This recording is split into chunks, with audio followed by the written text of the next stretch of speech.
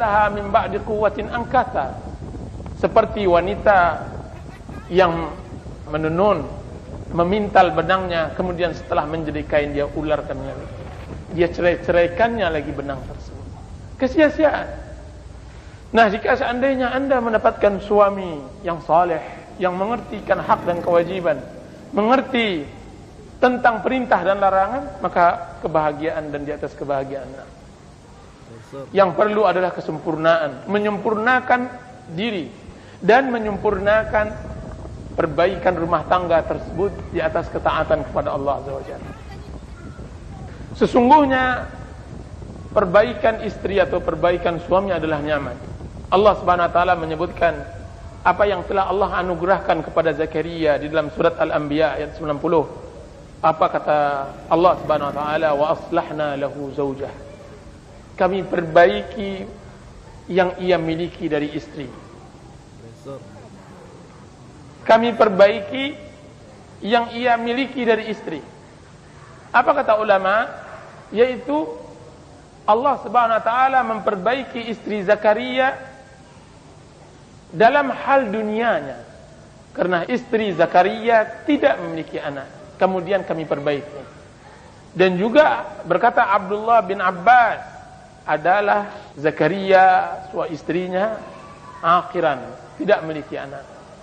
La talid, mandul, fawaladat, lalu melahirkan. Dalam riwayat lain disebutkan, berkata Atha, bahwa istrinya cerewet, istrinya panjang lidahnya. Fa aslaha Allah. Lalu Allah Subhanahu wa taala memperbaiki istri Zakaria. Subhanallah. Nikmat Allah Subhanahu wa taala jika seandainya minggu ini kita telah memperbaiki satu sifat dari sifat seorang suami. Atau bulan ini kita telah mencoba sedikit demi sedikit mendekatkan pemahaman dan menyatukan sebuah tujuan. Sebuah nikmat dari Allah Azza wa Jalla. Nikmat yang patut disyukuri dan akan harus diusahakan. Dan perbaikan suami, jika seandainya ini mengaji di dalam kalangan ibu-ibu dan para akhwat, perbaikan suami adalah pertama perhatian tentang masalah ibadahnya. Perhatian terhadap masalah ibadahnya. Masalah ibadah yang harus diperhatikan pertama adalah upaya untuk meningkatkan iman. Subhanallah, ibu-ibu dan para akhwat, ibu-ibu mungkin tidak mengetahui apa yang dilakukan oleh para laki-laki di luar. Benar-benar sebagaimana yang disebutkan oleh Rasulullah SAW dalam hadis, bahwa berpagi seorang tersebut dalam keadaan beriman, sore harinya dia kafir. Kalau seandainya sorenya beriman, berikrar bahwa dia tidak memiliki kehidupan dan kematian kecuali milik Allah, ia berikan semuanya kepada Allah. Akan tetapi karena fitnah di akhir zaman, karena beratnya persaingan, karena musibah yang sangat luar biasa di rumah atau di luar, sehingga membuat benar-benar dia butuh pertolongan seorang istri untuk meningkatkan imannya. Pernahkah kita terpikir satu hari untuk meningkatkan iman suami kita? Jika seandainya ada seorang suami beribadah 10 tahun, menyantri di sebuah pondok 10 tahun, kemudian berguru 10 tahun, cukup dia bergaul di luar masyarakat 10 hari akan rusak 10 tahun, di atas 10 tahun dan di atas 10 tahun. Betapa sulitnya kita membangun sebuah kebaikan, dan alangkah mudahnya kita mendidik diri kita kepada keburukan. Nah, jika seandainya tidak ada tolong-menolong sesama kita, tidak ada upaya untuk meningkatkan rasa iman antara suami dan istri, maka akan terjadi apa? Kelelahan. Sama-sama tidak berniat, sama-sama tidak meningkatkan mutu iman. Nah, upayakan di dalam perbaikan rumah tangga, terutama di dalam masalah pondasinya itu suami, tingkatkan iman. Di ketinggian 30 meter. Dorong ia 30 meter. Suami tersebut untuk membaca Quran Karim. Upayakan. Iya. Suruh dia menghafal zikir-zikir dan mengingatkan untuk membaca pada waktunya. Dorong dia untuk bersedekah. Dorong dia untuk melakukan salat sunat dan semacamnya. 30 meter. Dorong dia untuk membaca kitab, Jadi membaca 30 buku meter. yang ia telah beli dengan uangnya. Banyak buku-buku dibeli tapi tidak pernah dibaca, hanya untuk dihiaskan. Tolong upayakan jadikan rumah tangga tersebut sebagai tempat untuk mudah baginya untuk bisa meningkatkan keimanan. Upayakan dia untuk selalu mendengarkan kajian-kajian, kaset-kaset, CD dan semacamnya untuk menambah keimanan. Iya. Usahakan alihkan pandangan dan perhatiannya kepada teman-teman yang baik, dan usahakan secara tidak langsung menjauhkan dirinya dari teman-teman yang tidak baik. Arahkan kepada yang baik. Ketinggian 30 Subhanallah, saya katakan pengaruh teman Jadi 30 meter. buruk itu sangat berbahaya. Jika seandainya Iya. seorang suami yang awalnya dia adalah seorang saleh, akan tapi ibu lalai, kiranya dia berteman dengan seseorang yang mungkin terlampau tamak terhadap dunia, pastikan bahwa dalam 1 bulan dia telah berubah juga menjadi orang yang tamak terhadap dunia. Jadi 30 meter. Dampaknya apa? Dampaknya semua menjadi masalah. Iya. Awalnya suami punya perhatian terhadap akhlak, terhadap pendidikan anak, terhadap agama dan semacamnya, akan tapi karena ketamakan, karena kerakusan, semuanya menjadi gagal, semuanya menjadi hancur, bahkan semuanya runtuh. Semua program-program yang telah dibangun seorang gadis di awal kali dia menikah semuanya binasa. Tidak ada yang bisa diharapkan bagi seorang suami yang otaknya hanya dunia, harta. Dia akan melakukan apa saja, dia akan mengorbankan apa saja. Akan tapi nanti lihat hasilnya 15 tahun ketika anak-anak telah dewasa. Jadi 30 Baru meter. dia sadar bahwa harta yang dicari tidak akan bertambah dan tidak berkurang. Yang menjadi permasalahan adalah perkembangan pendidikan anak-anak, rumah tangganya yang kacau balau dan sebagainya. Nasihat yang ketiga untuk perbaikan rumah tangga, Di ketinggian 30 meter. yaitu bagaimana menjadikan 30 meter. rumah tersebut sebagai tempat keimanan, menambah keimanan, bukan merusak. Jadikan rumah tangga tersebut cerah dengan iman, benar-benar rumah yang ditaburkan dengan bunga-bunga ketaatan kepada Allah Azza wa Jalla, taat Jadi kepada 30 Allah. meter. Benar-benar rumah tangga tersebut benar-benar hanya fokus untuk perhatian terhadap akhirat dan pendidikan anak. Tidak lagi mengurus kesibukan dia di luar, tidak lagi mengurus masalah rumah orang-orang dan lainnya. Dia hanya ingin perhatian terhadap istri, terhadap suami, terhadap anak-anaknya, terhadap perkembangan pendidikannya, terhadap ibadah yang ia telah lakukan, terhadap Al-Quran telah berapa juz, terhadap bacaan yang harus dia terapkan terhadap keluarganya dan semacamnya. Itu yang harus dia targetkan. Rasulullah SAW bersabda, "Mathalul baiti 30 meter. alladhi yadhkurullahu Jadi 30 fihi meter. wal baitu alladhi la yadhkurullahu fihi mithla mathalul hayy wal mayyit." Perumpamaan rumah yang tidak berzikir di dalamnya, tidak ada zikir di dalamnya, tidak ada bacaan Quran, tidak ada zikir, hanya ada maksiat, dengan rumah tangga yang di sebelah yang berzikir, 30 meter. seperti perumpamaan orang yang hidup dan mati. Yang satu rumahnya Masya Allah terang benderang, yang satu lagi kuburan sekalipun diterangi oleh cahaya lampu dan sebagainya. Walaupun gubuk rehat, walaupun dia kecil, Di ketinggian akan tapi sang suami dan istri mengerti hak dan kewajiban. Jadi Ini 30 meter.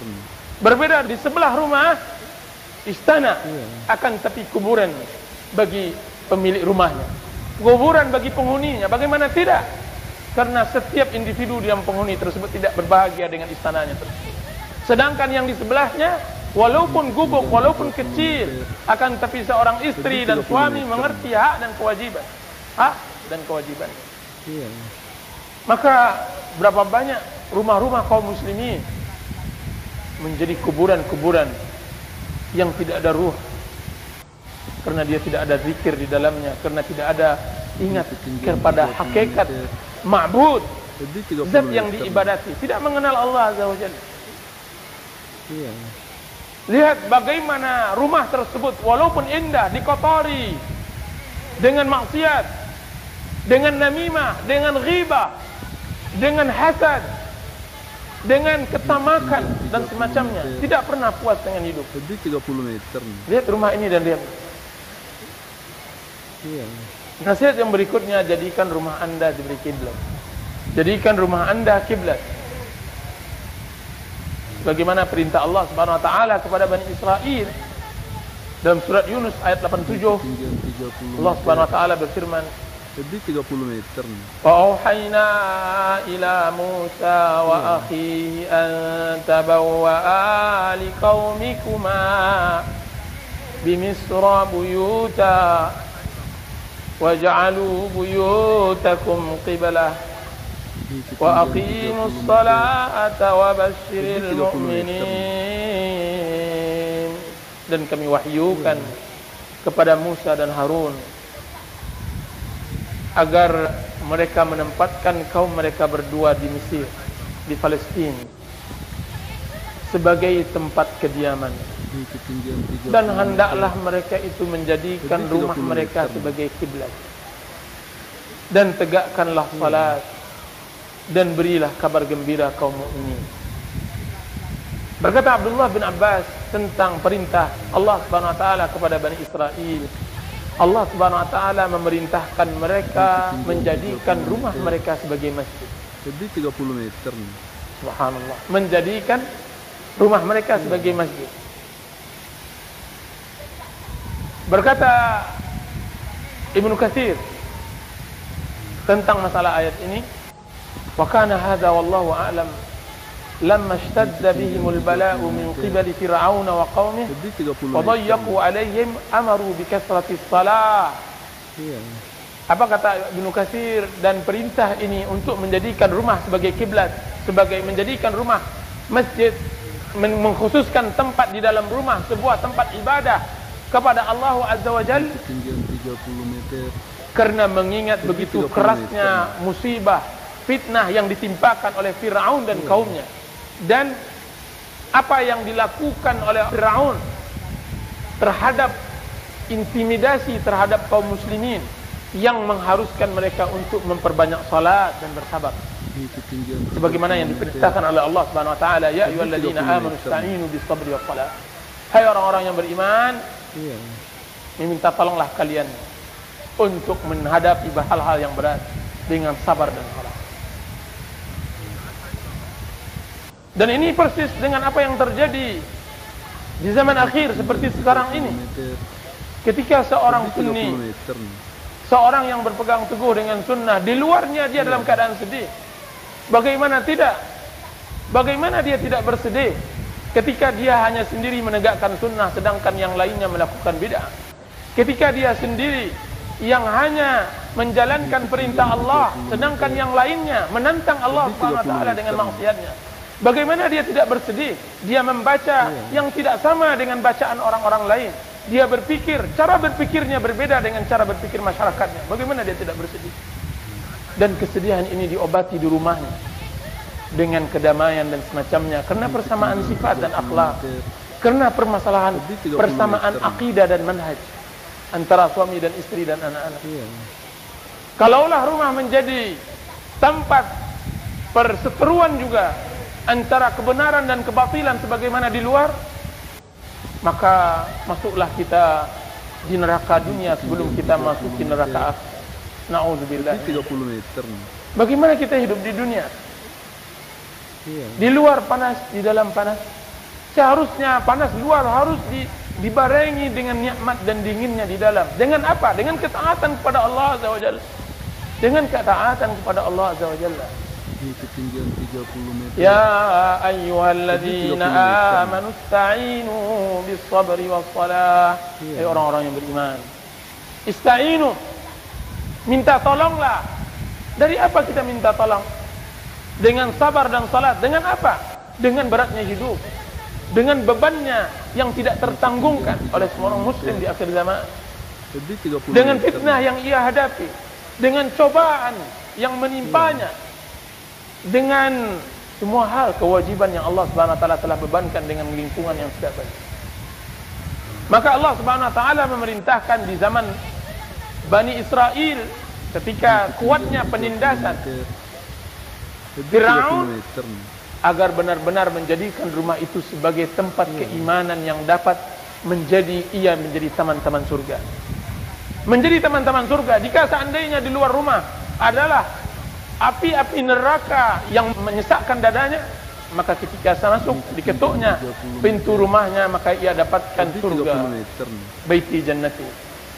Rumah tanggaku adalah surgaku. Allahu Akbar. Alangkah nikmatnya hidup jika seandainya haus kemudian kita akan minum dari air yang dingin. Alangkah nikmatnya hidup ketika kita panas kemudian kita dapatkan tempat yang teduh. Begitu juga alangkah indahnya hidup ketika kita dapatkan di tempat lain sesak, ketika kita dapatkan pula di rumah sangat lapang dan luas. Lapang dengan qanaah dan ridha. Lapang dengan tidak ada permasalahan di rumah. Apa yang perlu dipermasalahkan? Istrinya telah seide, telah sepakat. Anak-anak semuanya patuh taat. Semua perkaranya ada. Tidak ada yang perlu ia cemaskan. Makanan telah disiapkan. Apa pula yang ia cemaskan? Buku-buku di rumahnya telah disiapkan pula. Sajadah telah dibentangkan pula. Alangkah nikmatnya hidup seorang muslim.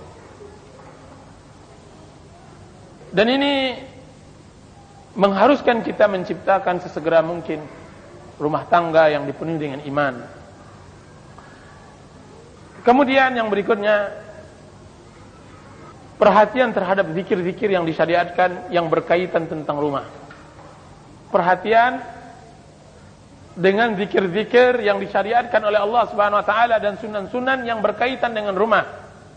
Dan selalu kita ingatkan, suami kita ingatkan, anak-anak kita ingatkan tentang zikir-zikir seperti zikir masuk rumah. Di dalam hadis disebutkan, dikeluarkan oleh Imam Ahmad dan Imam Muslim, bahwasanya seorang laki-laki, seseorang jika seandainya masuk ke rumah, kemudian dia berzikir kepada Allah Azza wa Jalla, maka kemudian dia berzikir kepada Allah Subhanahu wa taala ketika dia masuk, ketika dia makan, maka berkata syaitan, la mabita lakum ya qaum, la mabita lakum wala asya'a huna. Ketika seseorang muslim masuk ke rumahnya dan berzikir, kemudian makan dan berzikir, apa kata syaitan? Wahai kaum, wahai bangsa-bangsaku, tidak ada tempat tinggal di rumah kalian ini. Di rumah si fulan ini tidak ada tempat tinggal. Syaitan tidak akan masuk. Dan tidak ada makanan malam kalian malam ini, karena penghuninya semuanya berzikir kepada Allah Azza wa Jalla. Masya Allah. Akan tapi coba lihat ketika seorang muslim tidak berzikir masuk rumahnya dan tidak membaca bismillah ketika dia makan, maka apa kata syaitan? Adraktumul mabit, adraktumul mabit wal asya. Sungguh wahai kaum, kalian telah mendapatkan tempat menginap malam ini dan kalian telah mendapatkan makan. Zikir masuk rumah, zikir makan, zikir keluar rumah. Berapa banyak orang yang keluar rumah, subhanallah, tabrak, meninggal, tergelincir, dicopet, dicuri, terjadi penyesalan. Uang yang diambil oleh pencuri tersebut, jika seandainya dia berzikir 1000 kali, maka ia pilihlah 1000 kali daripada uang yang dicuri. Kenapa? Karena kadang-kadang zikir kita kurang ketika keluar rumah. Bersiwak. Nah, adalah Rasulullah SAW ketika masuk rumahnya, dia mulai dengan siwak, sebagaimana yang dikeluarkan oleh Imam Muslim. Nasihat yang berikutnya, bacaan surat Al-Baqarah di dalam rumah untuk mengusir syaitan. Banyak-banyak orang-orang mempunyai anak atau istri atau suami yang kesurupan. Semuanya mengeluh kesurupan. Akan tapi kiranya ia membiarkan rumahnya untuk tempat tinggal syaitan. Kenapa? Karena tidak ada bacaan Quran di dalamnya, terutama dalam surah Al-Baqarah. Tahukah ibu-ibu dan para akhwat keutamaan membaca surah Al-Baqarah di rumah? Kalau seandainya kita tidak bisa membacanya, setelkan Al-Quran yang berkaitan dengan surah Al-Baqarah. Apa kata Rasulullah SAW diriwayatkan oleh Imam Muslim? La taj'alu buyutakum qubura. Janganlah kalian jadikan rumah-rumah kalian kuburan. Inna syaitana yanfir minal bait alladhi tuqra'u fihi suratul Baqarah. Sesungguhnya syaitan lari dari rumah yang dibacakan di dalamnya surat Al-Baqarah. Setelahkan Al-Quran Al-Karim, atau bacakan kepada suami surat Al-Baqarah, atau bacakan, suruh anak membacakan surat Al-Baqarah, supaya syaitan lari dari rumah.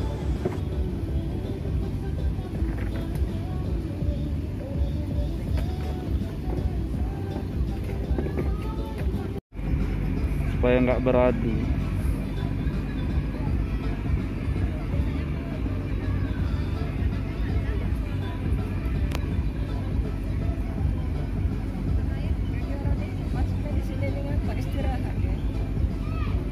Nunggu apa lah, udah nunggu bongkar dari lagi.